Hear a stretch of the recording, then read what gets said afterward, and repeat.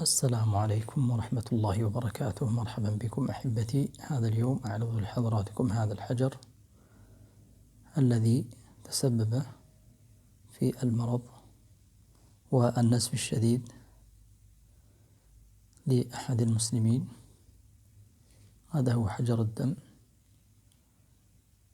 سنقوم بإذن الله تعالى بإبطاله وكسره بعد أن تركنا خدامه يستمعون لأيام عديدة لآيات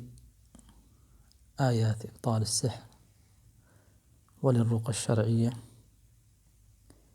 أحذر أشد التحذير من هذا الحجر وأمثاله، إياكم واقتنائها مهما كانت مسمياتها. يسمونها لكم ويزينون أسماءها بأنها أحجار تجلب النفع وتجلب الألفة والمحبة وتجلب الرزق، وهذا كله هراء، إنما هي أحجار أذى. فتوكلوا على الله سبحانه وتعالى، فهو من بيده ملكوت السماوات والأرض، واطلبوا منه الصلاح والرزق والتوفيق والشفاء والعافية، فإنه قريب يجيب دعوة الداعي إذا دعاه.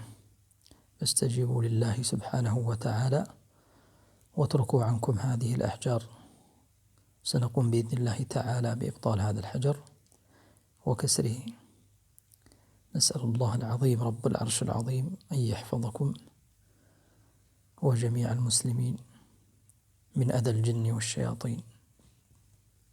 سبحان ربك رب العزة عما يصفون، وسلام على المرسلين، والحمد لله رب العالمين، وصلى الله على سيدنا محمد وعلى آله وصحبه وسلم.